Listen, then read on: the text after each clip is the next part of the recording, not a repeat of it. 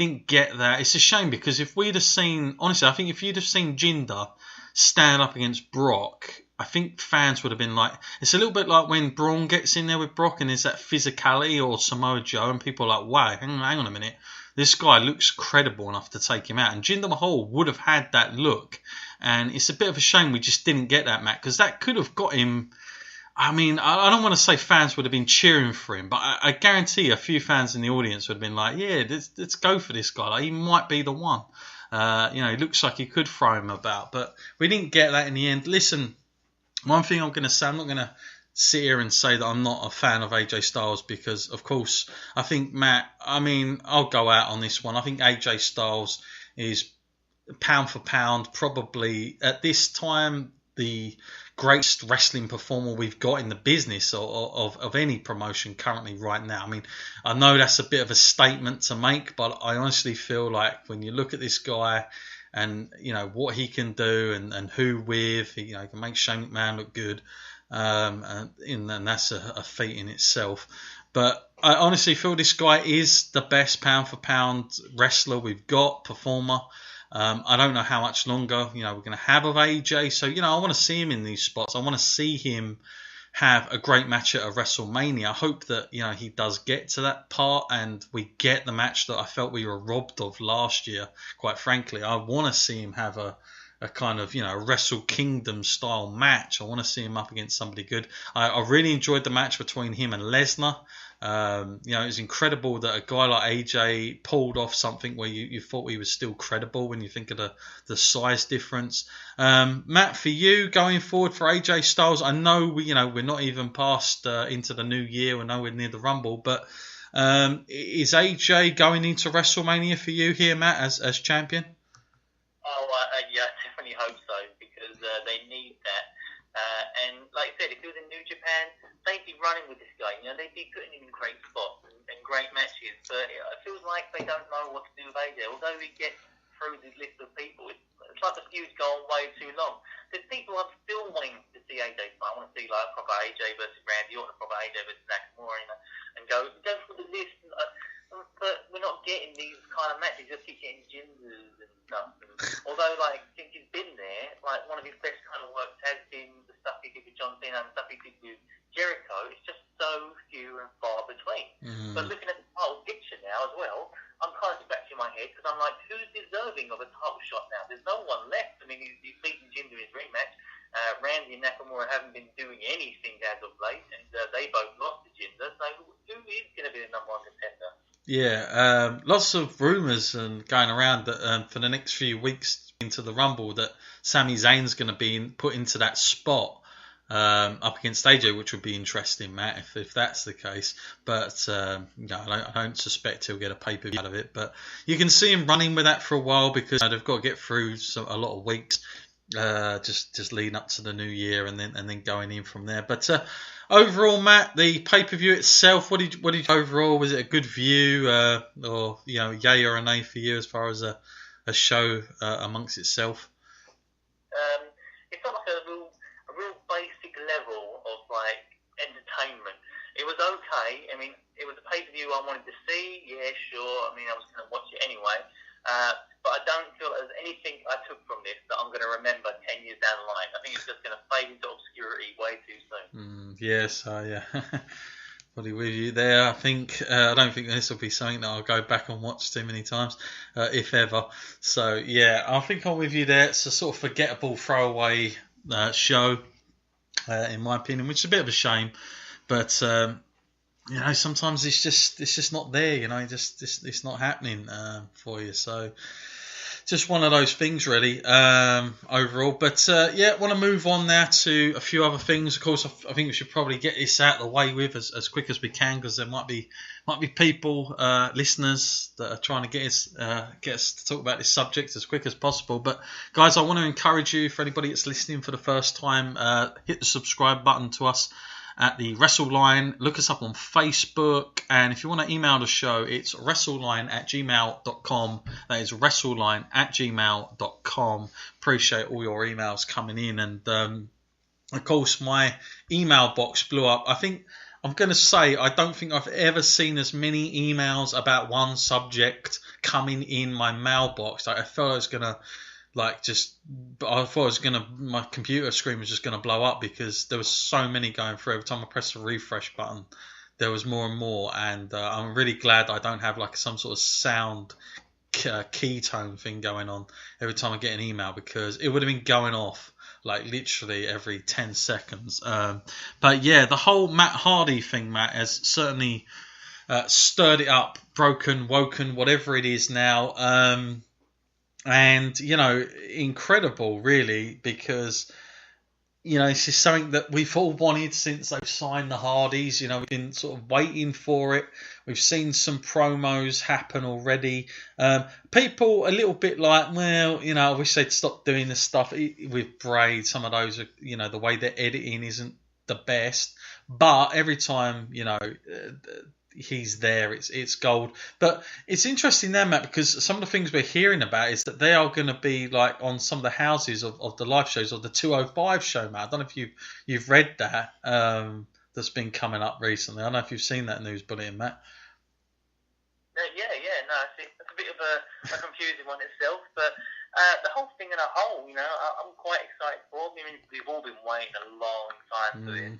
I think when we were talking about this, it was about a year and a half ago.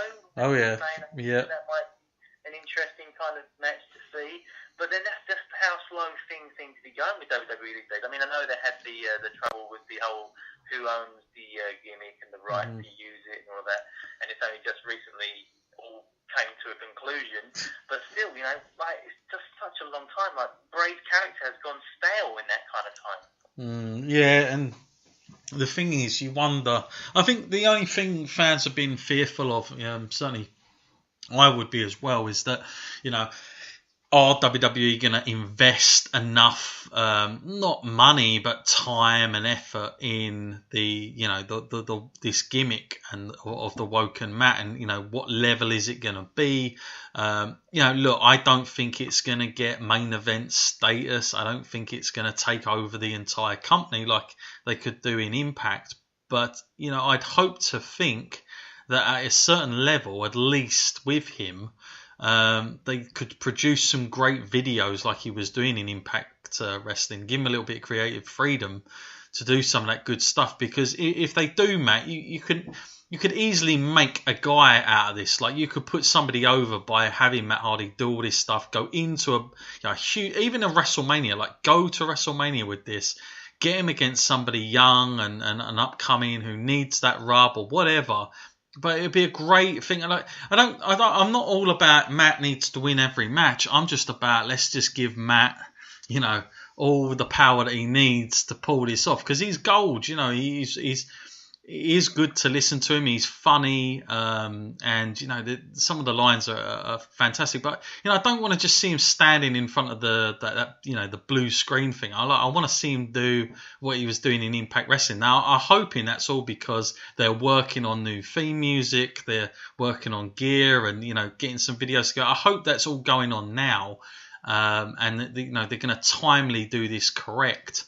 To get him into WrestleMania. What I dread to think, Matt, is they are only going to pull this out for this feud. You know what I mean? That would be huge disappointment. What's your thinking, how they're going to go about it, Matt? And do you have any fears like I do?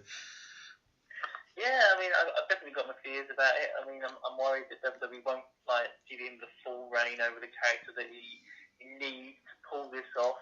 Like we said before, you know, he definitely had a lot of control over the character in TNA. You know, like, nearly all of it was owned by him, and in the way he did things, he could just, like, go out on a whim and it would all instantly become gold.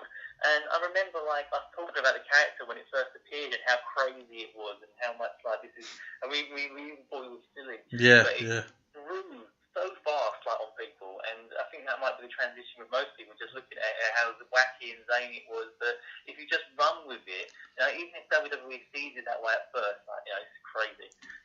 It does have a way of catching on really fast. So I just hope that it isn't just Bray, because this is like kind of old news now, wanting to see him versus him.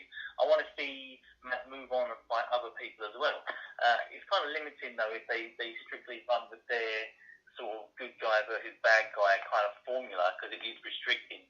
When there's other good talents out there, he can work with people like Finn Balor and that, and even members of the Shield. Like I think even someone like Dean Ambrose, just to see how he would deal with that, doing these kind of bonkers himself. Yeah, no, that'll be. Yeah, I mean, there's a ton of guys they could use for this, quite frankly, and you know, there's lots of different ways of going around it. I mean, again, people will think, well, what will they do with Jeff when he comes back? Is he going to be a part of it? I think they could go either way. I mean, they could have Jeff be a singles guy because Jeff's always going to be Jeff. He doesn't really need to be involved in that if they don't want him to be. But if he is, then that's great because you know you've got that as well, and you can add that to things, and that'll kind of help.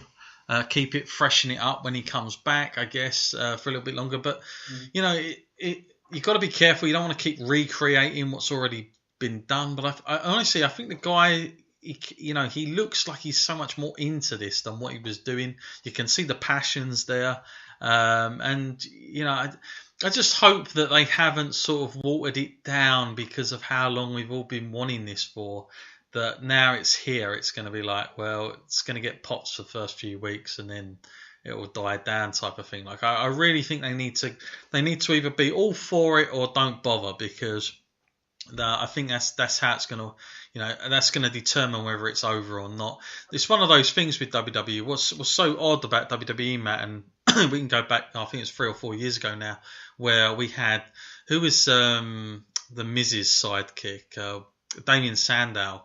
Mizdow, man, that guy was so over. It's not even about reactions in WWE because you think to yourself, how did he not stick around after that? The reactions he was getting, and they still got rid of him. So the reactions Matt Hardy gets, trust me, that ain't enough sometimes. You've got to really be in there with the backstage guys. I mean, someone's got to like you from above to make that thing work. And, you know, it doesn't matter how over this guy gets. It's a bit like when we listen to Roman getting heat.